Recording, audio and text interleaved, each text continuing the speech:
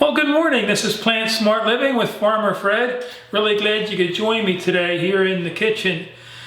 Well, today I wanted to share with you my favorite way of how you can cook Canada crookneck squash. So thanks for joining me today.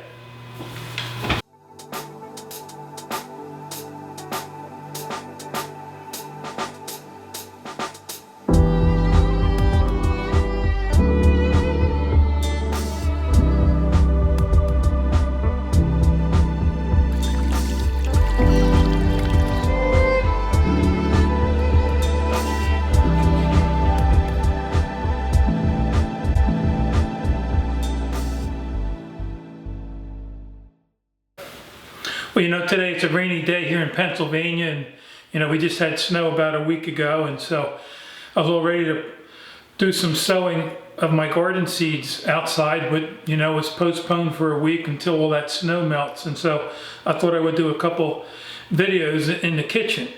But anyhow, this Canada crookneck squash, these are pretty amazing. I got this one here, the little guy, and then check this one out. Look at the size of that.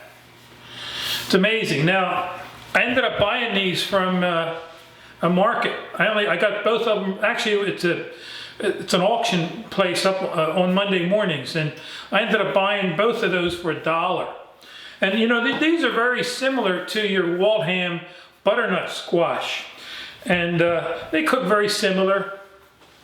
You know, you could peel this skin on these, or with a vegetable peeler, or use a knife and skin these, and then cube them up, and then you could either roast the cubes, or you could boil them. But I have found the easiest way to cook these is to wash them up, wash the skin real good, and I'm going to bake them whole like this for about probably close to an hour and a half, because these are pretty big.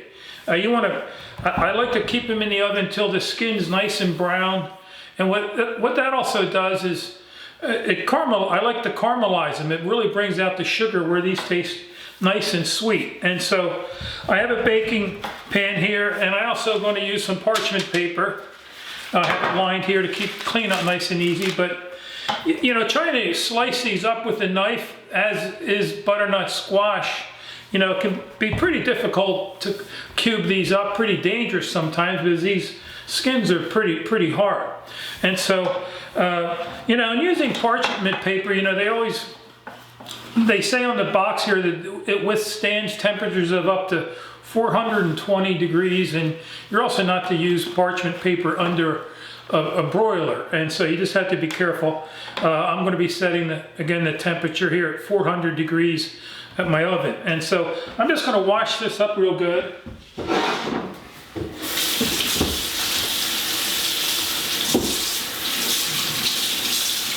And I also wash the skin on the outside, because most of the time I eat the skin on these.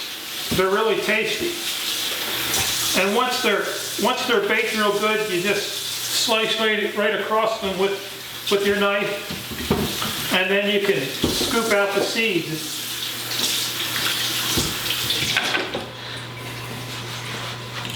And so I'm just going to dry this off a little bit.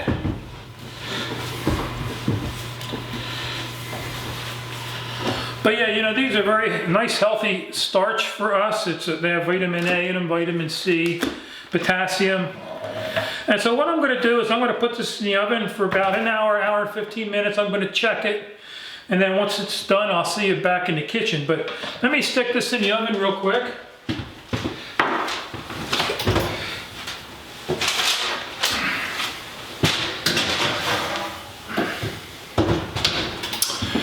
And then once it's done, I'll see you back in the kitchen. So the Canada crookneck squash is all ready to take out of the oven. It's been in there about an hour and a half at 400 degrees. Now, it may vary with time depending on your oven and different temperatures. I have a convection oven there, but anyhow, the outer skin of the squash is nice and brown. And so I have my oven mitts here, and we're going to take this out of the oven.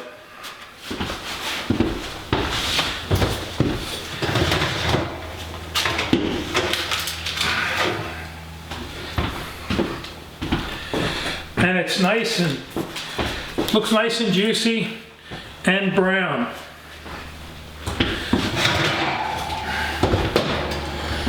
And so let's take a closer look at this beautiful squash.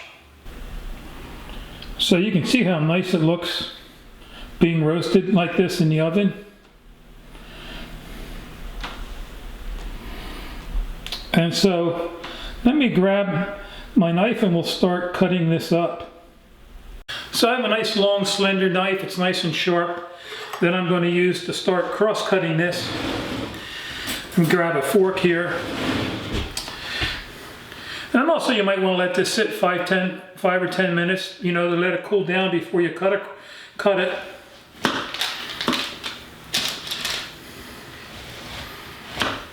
But it slices across this really nice. They're like little hockey pucks.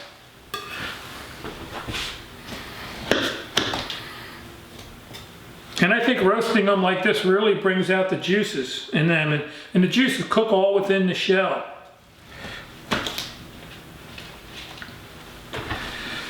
And so what I'll do too is I'll cut all this up and put it in a Tupperware container for the week. Now what I'll do here is I'm going to cut over near the end where the seeds are, and then just grab a spoon here and scoop out some of the seeds. But to me this is a nice safe way too of cooking these squash. You don't have to again use a knife, you know. Trying to get a knife and cut through these skins when they're not cooked is kind of like trying to cut through a tree trunk, you know, because they're just really tough.